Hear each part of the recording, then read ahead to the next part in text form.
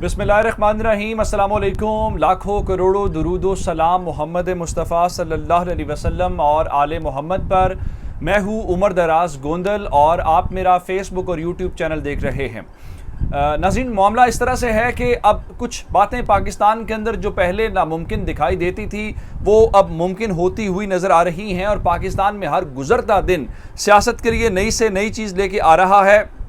अब आपने देखा कि जनरल मुशर्रफ से मुतालिक ख़बर आई और जनरल मुशर्रफ वाली ख़बर के हवाले से उनकी फ़ैमिली तो अभी तक यही कह रही है, नहीं जी देखें वो वापस नहीं आए। लेकिन इस वक्त सूरत हाल है क्या, मैं आपको बताना ये चाहता हूँ कि ये हुकूमत सिर्फ़ और सिर्फ बहरानों के अंदर फंसी हुई है और बहरानों के अंदर इस तरह से फंसी हुई है कि कोई इस हुकूमत का हाथ पकड़ने को तैयार नहीं है। IMF वाली बात आपने सुनी कि IMF ने अभी तक इस हुकूमत के साथ मुआहिदा नहीं किया। आज बजट भी अप्रूव हो गया। उसकी वजह यह है कि अभी तक इन दोनों के दरमियान डेड लॉक है। लेकिन खान साहब ने आज इस्लामाबाद के अंदर एक वर्कर्स कन्वेंशन से खिताब किया है और वर्कर्स कन्वेंशन के बाद सूरत हाल थोड़ी सी गड़बड़ होती दिखाई दे रही है।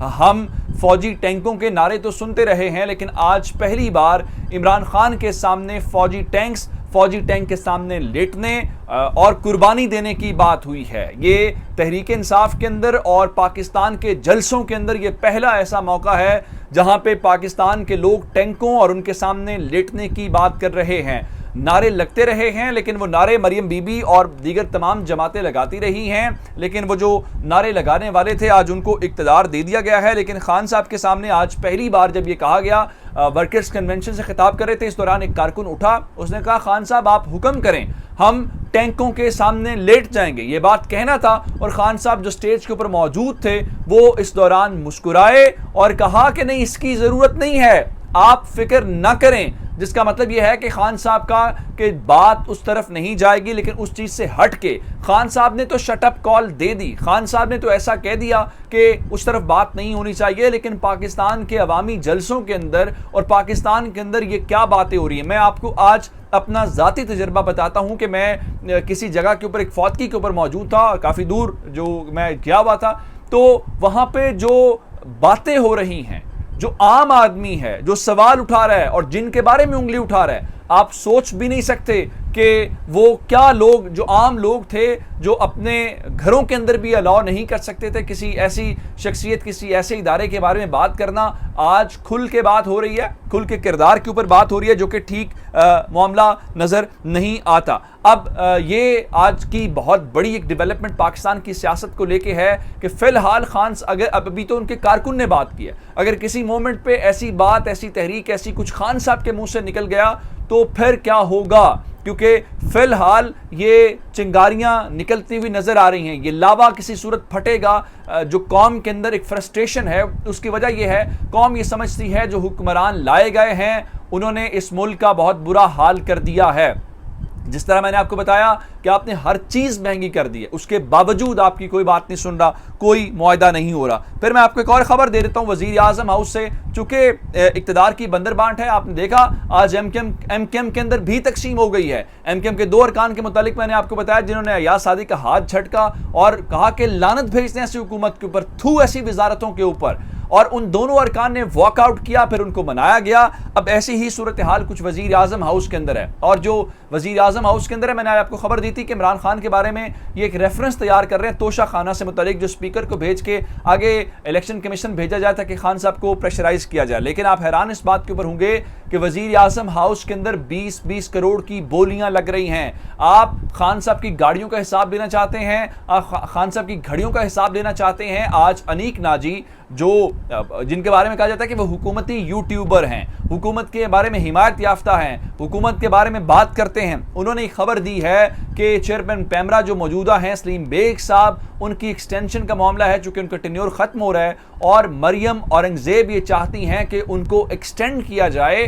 और उन्होंने इस बारे में जो वज़ीर आज़म के प्रिंसिपल सेक्रेटरी तौकीर शाह हैं उनके साथ लड़ाई की है, लड़ाई नहीं की, गालिम गलोच हुई है, और उनको कहा गया है कि हर सूरत मौजूदा जो चेयरमैन पैमरा हैं सलीम बेग, उनको ही एक्सटेंशन दी जाए। और नज़ीर नाजी के साहबजादे अनीक नाजी के मुताबिक 20 करोड़ रुपए पकड़ने की बातें हैं। इससे पहले प्रेस इंफॉर्मेशन सेक्रेटरी के तौर पे भी, ऑफिसर के तौर पे भी उनके अपॉइंटमेंट मरियम औरंगजेब ने की थी और उनके मुताबिक तब 7 करोड़ रुपए की बात हुई थी। अब इस चीज से आप अंदाजा लगा लें कि इस मुल्क के अंदर और वजीर आजम हाउस के अंदर और ऐवान इक्तदार के अंदर इस वक्त चल क्या रहा है। तीसरे नंबर के ऊपर चल के बिलावल भुट्टो जरदारी ने कौमी असम्बली के अंदर खिताब किया है और कौमी असम्बली के अंदर खिताब के दौरान उन्होंने सीधे साधे इल्जामात इस्टेब्लिशमेंट के ऊपर लगाए हैं। अब उम्मीद है कि बिलावल जो हैं वो पॉलिटिकल कमेंट दे रहे हैं, पॉलिटिकल मामले के ऊपर बात कर रहे हैं। डीजीआई एसपीआर साहब या फौज इस बारे में वजाहत करेगी। उन्होंने इल्जाम लगाया है कि 2018 के अंदर तहरीक इंसाफ की हुकूमत जो है वो इस्टेब्लिशमेंट ने बनाई। उसके बाद उन्होंने कहा कि अगर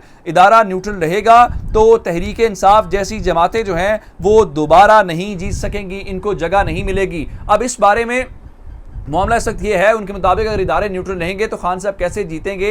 अब यहाँ तक आप आके फिर एक काम करें, फिर जवाब ले लें आप इस्टेब्लिशमेंट से, इस्टेब्लिशमेंट कमेंट करे, क्योंकि उनके ऊपर इल्ज़ाम लग रहा है कि क्योंकि तब भी यही इस्टेब्लिशमेंट थी, तब भी यही आर्मी चीफ थे, तो क्या उन्होंने कोई मुदाखलत की है? तो ये तो सीधा सीधा इल्ज़ाम है। अब ज़रा एक और ख़बर आपको दे देता हूँ कि इलेक्शन कमिश्नर के जरिए चूँकि अब गेम करने की कोशिश की जा रही है, जिस तरह मैं आपको रेफरेंस वाली बात की है, तो तहरीक इंसाफ थोड़ा सा इस बारे में अब मुख्तलिफ हिकमत अमली के साथ आ रही है। तहरीक इंसाफ ये कह रही है कि जो मौजूदा चीफ इलेक्शन कमिश्नर हैं सिकंदर सुल्तान राजा, उनकी अब साख खत्म हो गई है, क्योंकि उनके मुतालिक कहा जा रहा है कि वो नून लीग को सपोर्ट कर रहे हैं, वो बाइस्ड हैं, तो इसलिए अब वो फौरी तौर पे इस्तीफा दें। आज श्री मजारी ने, जो तहरीक इंसाफ की चेयरमैन हैं, उन्होंने न सिर्फ चीफ इलेक्शन कमिश्नर बल्कि सेक्रेटरी इलेक्शन कमीशन से भी इस्तीफे का मुतालबा किया। अब आप इस बात के ऊपर हैरान परेशान होंगे और दूसरी जानिब जरा खबर सुनिए कि मुल्क के अंदर जो सहाफ़ी हैं जो सिर्फ इस हुकूमत के खिलाफ बात करते हैं, उनकी सांस और उनकी आवाज़ बंद करने की कोशिश की जा रही है,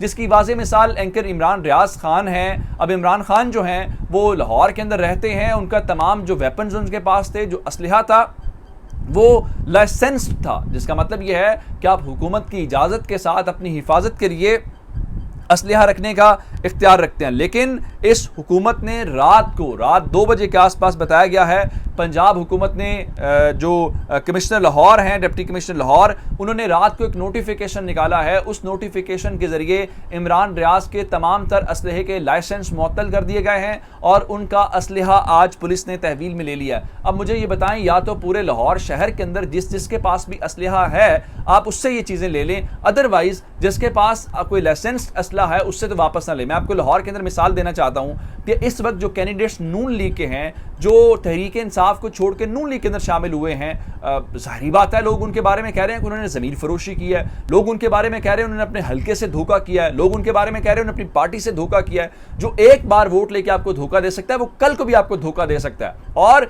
अगर ये इतने क्रेडिबल थे तो ये इस्तीफे दे के आपके पास आते, ये इस्तीफे दे के नहीं आए बल्कि ये डी सीट होकर आए हैं, तो अब कौम का भी हक बनता है। उनके पास तो एलीट फोर्स के कमांडोज हैं, उनके पास तो पंजाब पुलिस लगी हुई है उनकी सिक्योरिटी के लिए, लेकिन जहां तक बात है एक एंकर की, उसको आपने जो उसका लाइसेंस असला है वो भी आपने कर लिया है। अब जाते जाते खबर एमकेएम से मुतल्लिक करें कि एमकेएम इस वक्त किस किस्म की परेशानी का शिकार है। NA 245 जो डॉक्टर आमिर लियाकत वाला हल्का है, यहाँ पे फारूक सत्तार साहब ने आखिरी बार इलेक्शन जब 2018 में लड़ा था तो एमकेएम के निशान पतंग के ऊपर लड़ा था, लेकिन उनकी पोजीशन दूसरी आई थी, डॉक्टर आमिर लियाकत मरहूम जीत गए थे।